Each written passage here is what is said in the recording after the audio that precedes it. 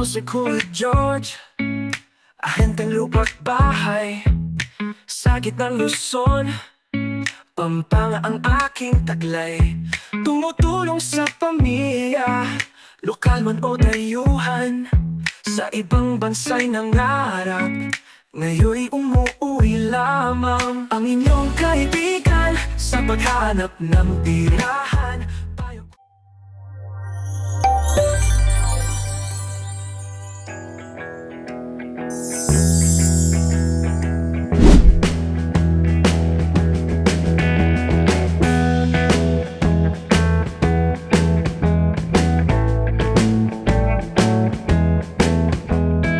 Hello guys, good morning! So for today's vlog, pupunta po tayo sa Hampton Orchard. So tunog pa ng social na. So ito po ay project ni Philinvest. Located po siya sa, part po siya ng Bacolor, but strategic yung location niya since yung mga kalapit bayan, so dun sila, yung location niya parang dun yung kung saan magmi-meet yung tatlo or apat na bayan ng Pampanga. So malapit siya sa Angeles. Okay, kung familiar kayo sa Tilabastagan SM, so doon po siya malapit, Sacred Heart. At San Fernando, kung mayroon kayong anak, no, may nag-aaral, malapit dito yung AUF.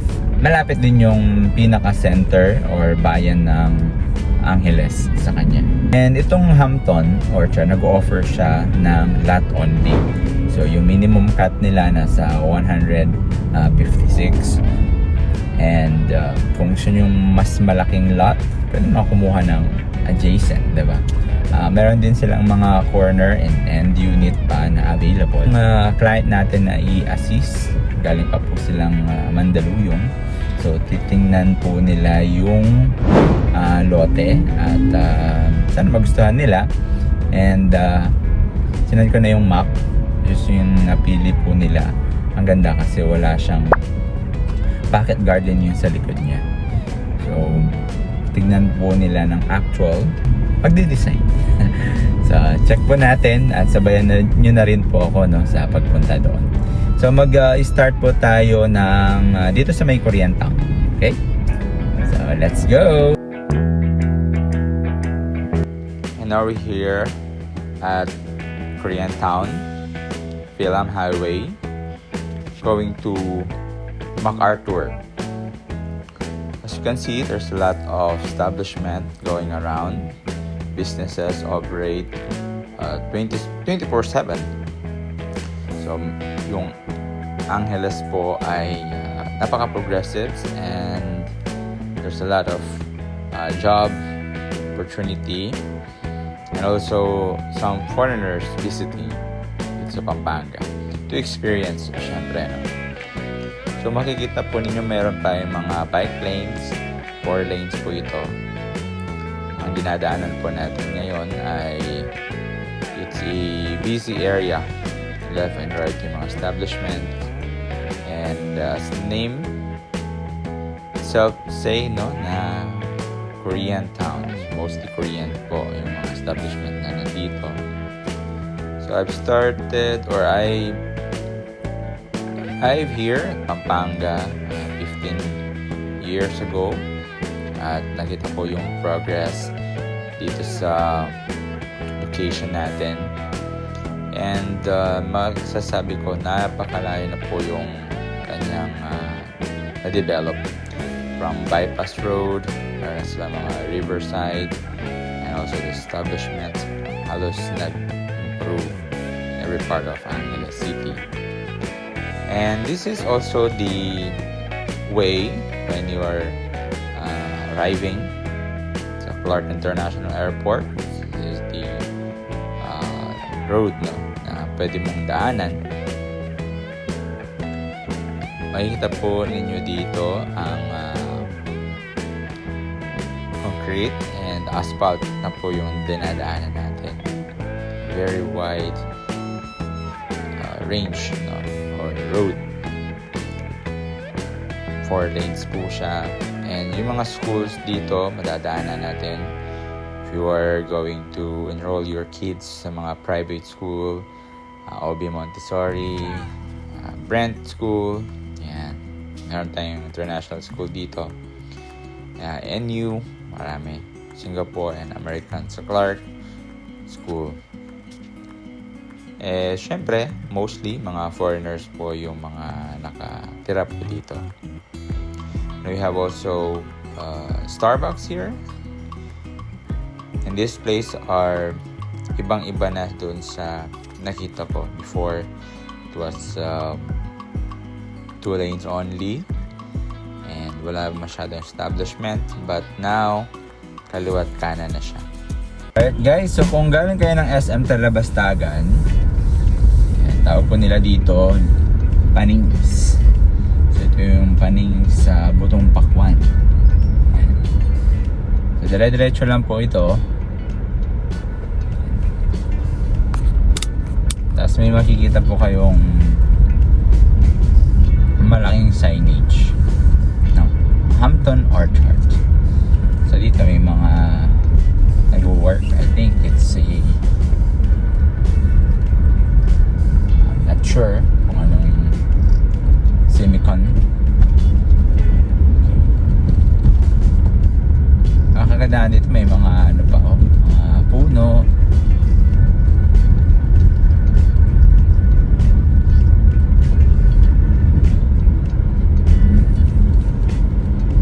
Flood free po ito flood free po yung ating community.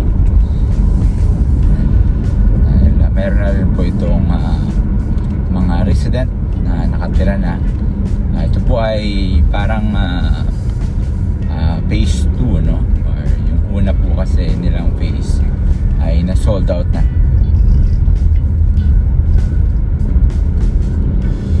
Alright. So kung dito po kayo, may mga bilihan po kayo. Ito may church. Ayan. So dito po banda, may makikita po kayong karatula.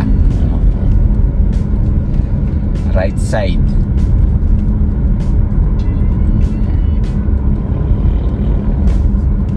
Ayan po. Po yung okay, so hindi nila nilagyan ngayon, but yan, dito po siya banda. Yan. Madali lang po siyang mapansin. Ayan po. Lawak po ng daanan niya. Ayan. Open house. Ayan, today. So, open house today. Ang ganda po ng passage o yung entry point nung subdivision. Ang luwang ng kalsada, tsaka wala siya yung mga nakatira na mga resident na nagpa-park sa daan yung mga kotse. It never will be kasi both are parang private company. Ang ganda naman. So ito na yung entrance ng Hampton Orchard. Yan. May ano po sila dito, Mango Orchard. Yan po yun sa mga binibida po nila. Mango. Yan. Ay tripping ako. Nandyan na yung trip ko. Kasi kay Sir Aldrin. Ay, sige po. Ba? Thank you. Sige po. Thank you po. Sa pan-entry po, nakikita niyo po yung ating community. Tingnan niyo po. Kahit may mag-parking po sa kalsada, talaga namang may dadaanan ka pa rin. Sobrang luwang po. Tapos yung mga bahay talaga lalaki. So dito nakita yung ating client. Expander. Hanapin lang natin. Kasi nasa site. Nauna po kasi siya. Galing siyang Mandaluyong yung ayun na yata sila. Ayan. Ayan. So ito po yung main ano nila. I think Ito yung main amenities nila. Or main... Yeah, this is the amenities. So, hanapin lang natin yung client natin. Pero for the meantime, hindi nasa site na sila. So, check na lang natin doon sa site na mismo. Okay, so meron dito expander.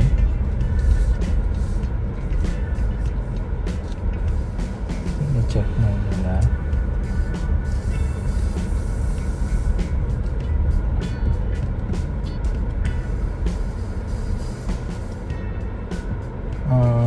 Okay, I think nandun na sila sa site.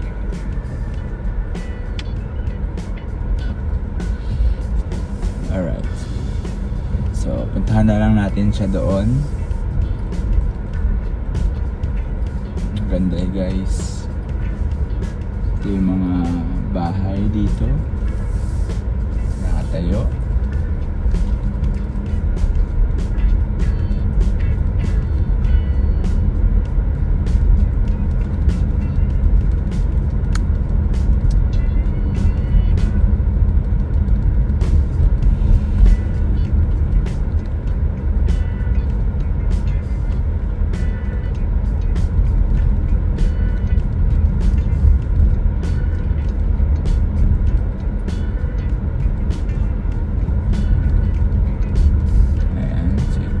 Natin para may idea po kayo kung ano yung tsura niya. So ito pong phase nito guys, sold out na po ito ha. Pupunta tayo dun sa yung phase 2 kung saan yung mga available. Yung iba po hindi pa po sila nagpatayo ng bahay. Parang ano muna sila, iipon pa. So ito ulit yung main entrance natin. Diretso lang tayo.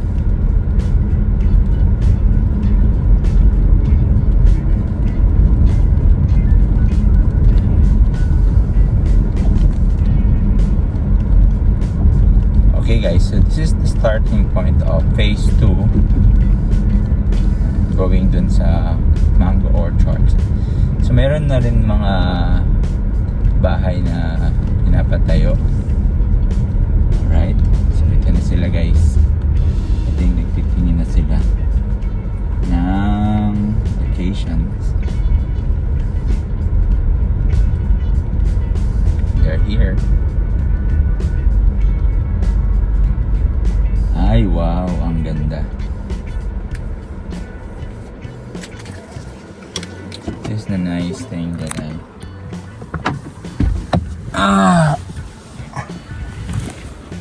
Wow, ito ba yon? Ito yon? Yes sir, the other one. Hello. Ito guys, oh, ang ganda ng ano. Pangmayaman dito, ma'am. Richmond eh. Yan ah, Richmond. Ayan, yun yung nakuha nila. Or kukunin pa nila dito. So, this is the corner. I don't think available pa to eh. So, ito yung kukunin. Yan. Ito. Okay, so, sir, and ayoko na banggatin yung pangalan niya, but this is the lot that you are interested. Ito siya. So, 156. Yung likod niya, which is the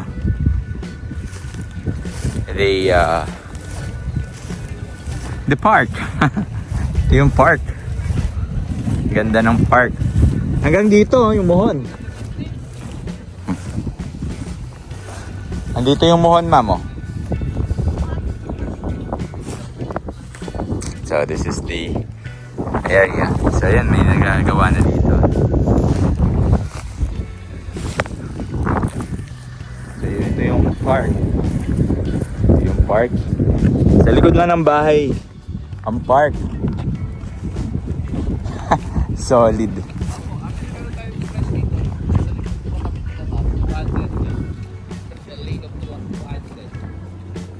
Ang prefer ni sir, ano eh, 200 to 300.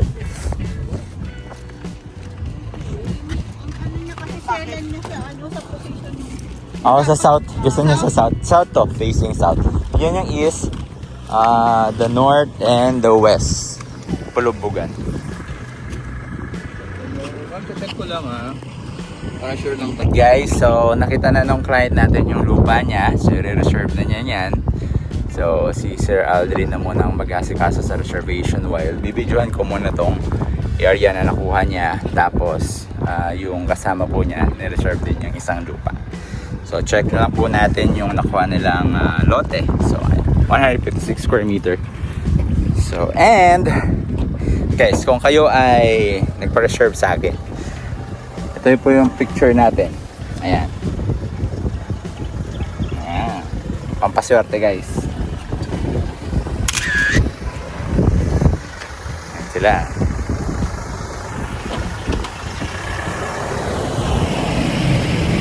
Ayan sila Sir Aldrin. Punta lang sila dun sa office. So yung client natin guys is spot cash. That's why meron silang 35% na discount. Grabe. So 1.4 million yung lot na yung isang lot na ano nila na kuha nila. Yung discount ha. So yung discount. So from 4 million maging 3 million na lang siya. 4.1 yun eh. Tapos naging 3.1 na lang. Or something, no? Kasi may mga taxes pa. So nasa 3.1 na lang. Kasi 3.4 plus yung mga taxes. So, ayun. Yun guys. So, check natin yung nakuha niya. Baka magustuhan nyo rin. Ayan. Kasi, kung sumama lang yung isa. Kasi guys, yung isa, nagustuhan din niya. Yung kasama, no? Ang expect ko na mag-reserve is yung sila sir lang. Sila ma'am lang. Pero, nagustuhan din. So, magugustuhan nyo rin. Let's go! Alright guys, so this is the property na na-reserve natin. So ang property po ay lot only, 156 square meter. From here, ang mga marking niya guys sobrang klarong-klaro. Then yung mga easement niya, diba? Lapad. And this is the frontage. So I think since na 156 ang cut nito, possibly nasa 10 by 15. Possibly po. Estimated. So may naka-ready ng tubig. So lakarin na lang ng konti. And guys, look at this.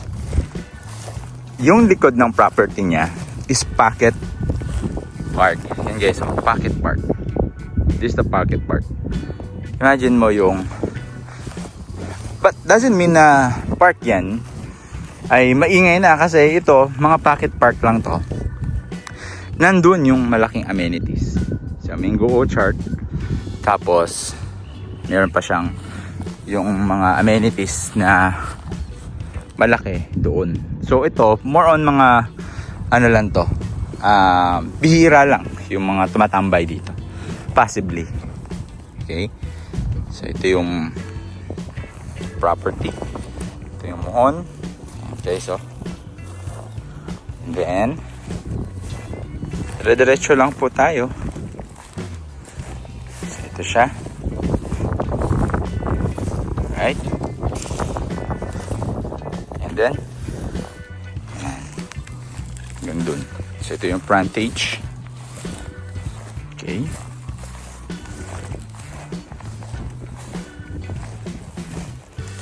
So guys, alright, 20 at 4.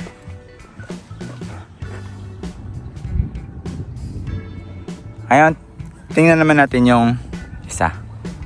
So lakarin po natin. So katulad niyan, ayan, mga pocket park yan. Pero yung pocket park na yan, wala siyang parang island lang, no, na niligay. So, kung kayo nakatira dito, at least, di ba? Tambayan. Look at the ambience guys. Oh. Diba? Look at the ambience. Ito yung part sa likod ng property. So this is yung mga property. Mga 3-4 yata to na slice. And this is the pocket park. Alright, sa likod lang niya. And yung isa naman nakasama na kumuha din, interested din siya, nag-reserve. Nandun sila. So today is open house kasi. So they have the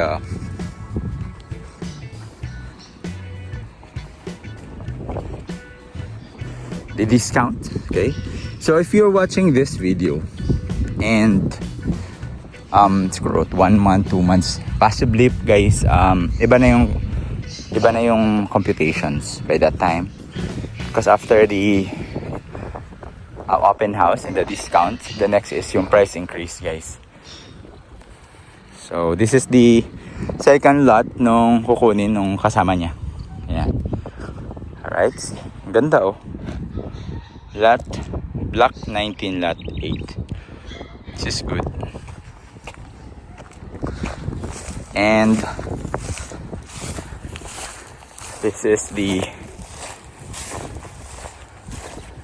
property line or boundary. Ayan guys.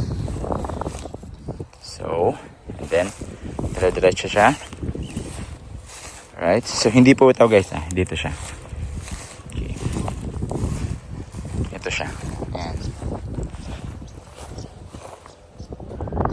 Alright. And this is facing west-south. So, good for water elements.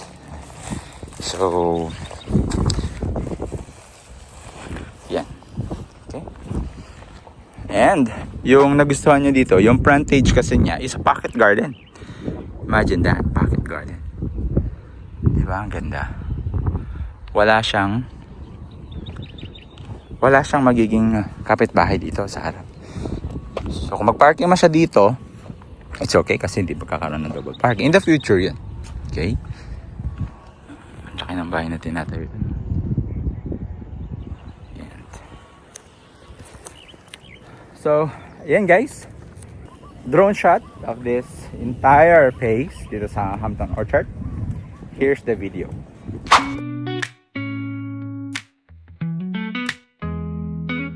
Ako si Kuya George, ahenteng lupa't bahay sa gitnang Luzon, Pampanga ang aking taglay. Tumutulong sa pamilya, lokal man o dayuhan, sa ibang bansa'y nangarap, ngayon'y umuwi lamang. Ang inyong kaibigan sa paghanap ng tirahan, payo ko'y handog para sa tamang landas ng buhay.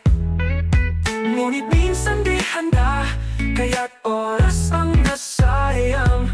Samahan mo ako sa tamang bahay para sa pamilya'y payapang buhay.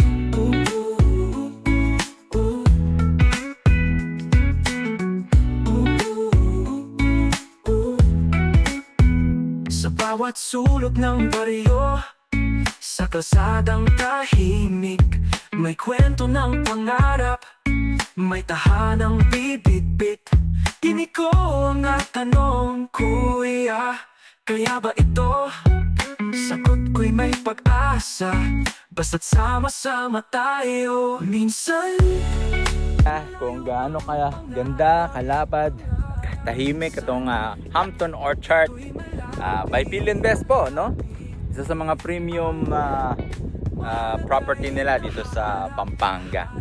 So ayan guys, tahan muna natin sila doon kung kumusta na po yung reservation nila. Let's go! Kita ko rin sa inyo yung amenities nila guys. So meron, aside dun sa mango orchard, no? Meron pa silang amenities dito na mayroong tennis court. Right? Okay, let's park here. Right, so nandito tayo sa... So yan sila, nagre-reserve. And now is 5 o'clock PM, kaya kami na lang. Look at the swimming pool, guys. Diba? Yan o, pakita ko. Oh, diba? Ayan mga kids. And yung tennis court. That's the tennis court. Natin. Ang linis, oh. Maintain na maintain. So, this is the pavilion. And meron din dito yung mga kids playground. And yung gusto nyo mag-picnic. Yung dala ng food. So, it's good to have. Yan siya. And we have a kiddie pool. And dami niyang sasakyan. Oh. And wow, maintain na maintain. Diba? Maintain na maintain, guys, yung kanilang pavilion. So this one is a phase 1 na sold out na. Ang team nila dito, guys, is American design ng house. So each meron silang mga design na sinusunod dito. So kailangan mo na magpa-check sa village admin or village engineer. Ang ganda ng gazebo.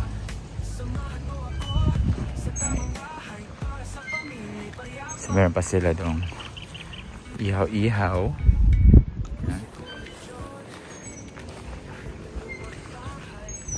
Look at that. Thank you so much. Thank you. Welcome. Sige po. Papadali si Ma'am kasi may lagnat yung anak. So first, kapag nag-invest kayo dito ng property, guys, we need to hold the property. And then after holding, may 24 hours tayo to complete ng mga necessary documents. In her part, since cash buyer naman siya, so kailangan i-set muna namin yung TIN tax identification number, para kasi within 30 days, pag na-sell tayo ng full amount, diretso na sa title transfer yung process. So, ayan. Sa bawat sulok ng baryo, sa kalsadang tahimik, may kwento ng pangarap, may tahanang bibit-bit. Tiniko. Alright, guys, so natapos na aming reservation. So first muna is holding, and then 24 hours po ay kailangan magkaroon ng online presentation through Zoom or Messenger po. And after lahat-lahat masubmit ng mga necessary documents, official reserve na po siya. So ganun po yung step by step. Ang ganda po, no? Ayan, no? Ang ganda ng ano niya, oh. The main entrance. And that's it. Alright, guys, for more details, stripping and reservation about property near Clark po, no? Depende po yan sa kung anong preferred ninyo. Kung nagustuhan nyo itong video na to, please do like and subscribe to my YouTube channel and click nyo na yung notification bell for more video like this, para ma-update din po kayo sa mga future pang video virtual tour na kagaya nito. Muli, ako nga pala si Kuya George ng The Forge Realty, nagsasabing dream home you deserve, people you trust. See you and God bless. And also, guys, please do message me sa number ko, Active Viber and WhatsApp 0920-153-8449. Here's the number. See you and God bless. Bye-bye! Kung may saya't pagsasama, walang mas mahalaga kaysa pamilya mong kasama. Ang inyong kaibigan sa paghanap ng tirahan, tayo ko'y handog para sa tamang landas ng buhay. Ngunit minsan di handa, kaya't oras ang nasayang. Samahan mo ako sa tamang bahay para sa pamilya'y payapang buhay.